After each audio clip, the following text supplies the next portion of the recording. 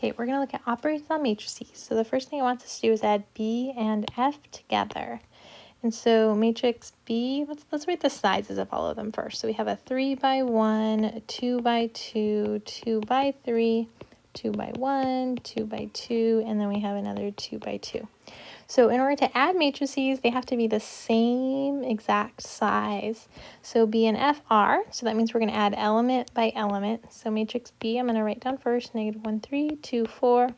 We're adding to that matrix, let's see, F, which is 8, 9, 1, negative 7. So if I am going to add, again, it's just element by element, so negative 1 plus 8 makes 7. 3 plus 9 makes 12. 2 plus 1 makes 3. And 4 plus negative 7 is negative 3, and I have just found matrix B plus F.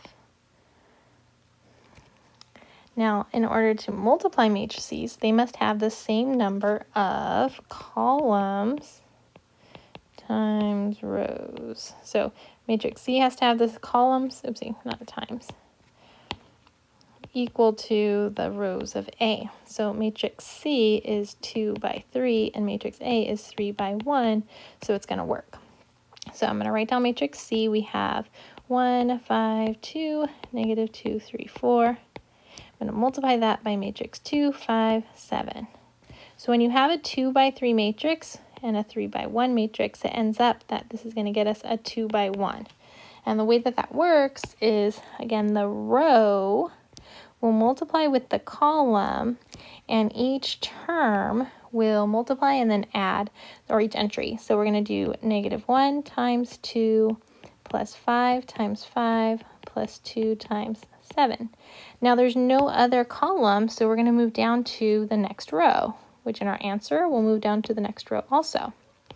So this row times this column will be a negative 2 times 2 plus 3 times 5. Don't forget to add these. These are not individual entries. 4 times 7. So for the top entry, if we combine those, we're going to get negative 2 plus 25 plus 14. So with my calculator, negative 2 plus 25 plus 14 equals a 37. And the bottom ones, if we multiply that, and I didn't write that very well, that'll be a negative 4 plus 15 plus 28, which equals a 39. Write that, 39. So our matrix CA is really 37 over 39, like that. So it's a 2 by 1 matrix. Now A minus B we can't do because they're not the same size. Matrix A was a 3 by 1 and matrix B was a 2 by 2. And I just realized I'm going out of order, but we'll go down the column instead. Okay, 2A, that's just saying to double the entries in A. So 2 times A, 2, 5, 7, is just going to become a 4, 10, 14. That's what 2A would be. All right, let's go back to matrix AB. So number 2 wants A times B. Again, we can't do that because we have a 3 by 1 matrix and then a 2 by 2 matrix. We can't do it because they don't have the same number of columns to rows. And you could see when you start to do it, like 2, 5, 7, and then negative 1, 2, 3, 4. If you try and start, you're like, okay, I have one entry here, and there's not a matchup. They have to have the same number in each. So we can't do. Let's see, B times E we can do because it's 2 by 2, 2 by 2. So, oh, that was weird. I'm going to write the matrix. I have negative 1, 3, 2, 4. We're multiplying that one by negative 2 fifths, 3 tenths, 2 fifths, 1 tenth. And so we're going to do a row times a column. And so this will be negative 1 times 2 fifths plus 3 times 2 fifths. But I have another column to do, which means I'm going to have another column for my top row of my answer. So I'm going to take that negative 1, 3, multiply it here. That will be a negative 1 times the 3 tenths plus 3 times the 1 tenth. Make that a little bigger so we could see it. And then we're going to have to go down to the second row, which means second row for my answer also, and times the first column. So 2 times the 2/5 plus 4 times the 2/5. And then we're going to do that row again times, because we have one more column. We'll move over in column, so 2 times the 3/10 plus 4 times the 1/10. And so this is now a 2 by 2 matrix. We need to simplify, and let's see what our entries are going to be. So we have negative 2/5 plus 6/5 here. That will be 4/5. We have negative 3/10 plus 3/10. That will make a 0. We have a 4/5 plus 8/5 here, which will make 12/5. And we have a 6/10 plus 4/10, which makes 10 over 10, which is 1. So this is the matrix BE. All right, now EB, we can also do that. Notice that it's really just flip-flopping the E and the B, but it's going to have a totally different answer. So let's see, if we start instead with matrix E, which is negative 2/5, 3/10, 2/5, 1/10.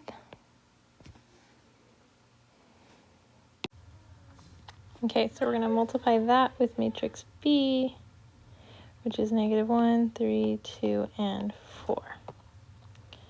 So again, we're going to follow through, multiply a row with a column. So then that's going to be negative 2/5 times negative 1 plus 3/10 times 2. And we're going to multiply that row times that column. That's negative 2/5 times 3 plus 3/10 times 4. And we're going to move down to the second row now, times the first column. That's 2/5 times negative 1 plus 1/10 times 2. And the last one, 2/5 with the 1/10 with the 3/4. So we're going to have 2/5 times 3 plus 1/10 times 4. And so we're going to get a 2/5 plus 6/10. Well, 2/5 is really 4/10. This is really 4/10. So we'll get 10/10, which is 1. And we're going to get negative 6/5 plus 12/10. And again, negative 6/5 is negative 12/10. So we're going to get a 0. Over here, we're going to get negative 2/5 plus 2/10. But this is really negative 4/10. So we're going to get negative 2/10. So right here is negative 2/10. But that's going to be negative 1/5.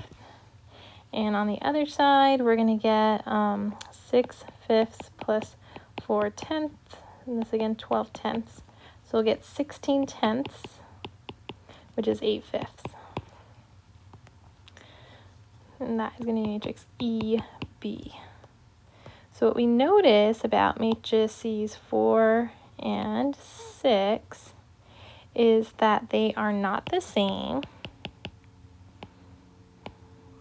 And that's because matrix multiplication is not commutative.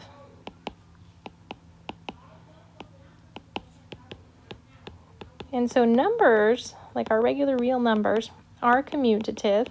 We have like 3 times 2 is 2 times 3. But when we have the matrices, what we're saying is EB was not equal to matrix BE. Sometimes they are. One time in particular that they are is when we have a matrix times its inverse. So I don't need to write that. All I'm saying is that if you have matrix A times its inverse, we already said this was the identity, and this one does work both ways. That both ways it will make the identity, which for a 2 by 2, we're talking about that 1, 0, 0, 1 matrix. Okay, we're going to now look at, on number 10, it says 1, 0, 0, 1 is called the identity matrix. We want to find BI and IB. So let's use the matrix B from before. That's negative 1, 3, 2, 4. That was our matrix B. All right, so we're going to multiply that by the identity 1, 0, 0, 1. And so again, we have to do each row times the column. So that will be negative 1 times 1 plus 3 times 0. For our second entry, and you know second entry in the first row because look at what we're pairing up here. first row, second column. So we're going to take -1 times 0 plus 3 times 1. Then we're going to take the 2, 4 times the 1, 0. So now we're moving in the second row, 2 times 1 plus 4 times 0. And the last column, so bottom row, second column, so we know our answer, 2 times 0 plus 4 times 1 should be there. And so let's see what this is. Well, if we multiply times 0, those are gone. We just get a -1. That's gone. We're going to get a 3. That's gone. We're going to get 2. And that's gone. We're going to get 4. And so you can see that we just multiplied by the identity, and we got the same matrix B back. So our matrix kind of keeps its identity. It stays the same. And that's supposed to happen also the other way. So let's just double check that that's going to actually work out.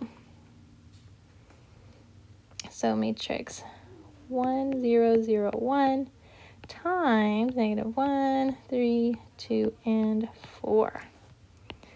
So let's look at each row times a column. So here's a row times a column. That's 1 times -1 plus 0 times 2. Then we'll do 1, 0 times 3, 4. That's 1 times 3 plus 0 times 4. Then second row times first column. That's 0 times -1 plus 1 times 2. And then the last one, the row times the column, that's 0 times 3 plus 1 times 4. So again, that's going to go away. We're just going to get -1 in the first entry. That's going to go away. We'll get 3. That's going to go away. We'll get 2. That's going to go away. We get 4. And again, we get matrix B back. So it is staying the same when we multiply by the identity. So it keeps its identity. Okay, let's see. We have 2 little review problems down here. It wants us to solve by elimination or substitution. So if I want to solve this one, I kind of think just regular elimination would probably be best. I can make both of these guys look like 12x's. Maybe that's the easiest way to go. Or you could eliminate the y's. But looking at the x's, if I can make them both look like 12, that needs 3 here. So that becomes -12x minus 9y equals -12. And then I multiply the bottom by 2, again, all sides. That becomes 12x plus 10y equals 16. So now we combine, we get those 12x's to go away, and we're going to get a 1y equals 4, so we know y equals 4. Now I need to still find x, so I'm going to take that and plug it in for a y value. Let's just plug it into the bottom equation. That's 6x plus 5 times the 4 equals 8. That's 6x plus 20 equals 8. Minus 20 minus 20. We get 6x equals -12. Divide by 6. We get x equals -2. So our solution will be -2, 4. Now looking at number 12, it's the same exact question or exact system, but it wants us to use Gaussian or Gauss-Jordan elimination. So it wants us to use a matrix. Well, I already know what my answer is. It's supposed to be the same as what I got using the elimination or substitution. So let's set this up. I'm going to write the augmented matrix, -4, -3, -4, 6, 5, 8. So you can try and avoid some fractions. I mean, we know overall our goal is 1, 0, 0, 1, or you could have a number here if you're just using Gaussian elimination. But just like quick glance, I think that it wouldn't be too bad to make the -4 turn into a 1. So that's just taking that and dividing by -4. So row 1, if I divide by -4, it's going to be 1, positive 3 over 4, and then positive 1. So not too many fractions going on there. And the bottom row stays the same. Now to make the 6 turn into a 0, that means I need a -6. So -6 times row 1 plus row 2 would make my new row 2. So I'm going to keep my first row the same, 1, 3/4, 1. But the bottom row, I'll show you my side work, -6 times row 1 would be -6. We'll have -18 over 4 and then -6. Well, -18 over 4 is already 9 over 2 or -4.5 if you like the decimal better. Row 2 is 6, 5, 8. So we combine those together, we're going to get 0. -4.5 plus 5, well, that's just a half, positive a half. You could put decimal or you could put fraction, and then we'll get 2. So that would be 0. I like 1/2 better. I'm going to write 1/2 and then 2. And so I need to now make a 1 here. That would be nice. So to make a 1, I really just need to multiply by row 2, 2.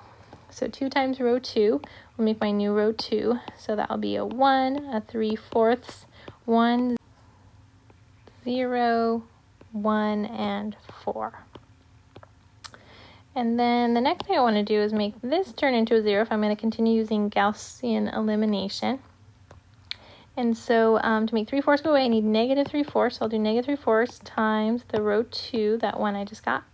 Add that to row 1 to make my new row 1. So negative 3/4 row 2 will be 0, negative 3/4, and then we'll get negative 12/4, which is really just negative 3.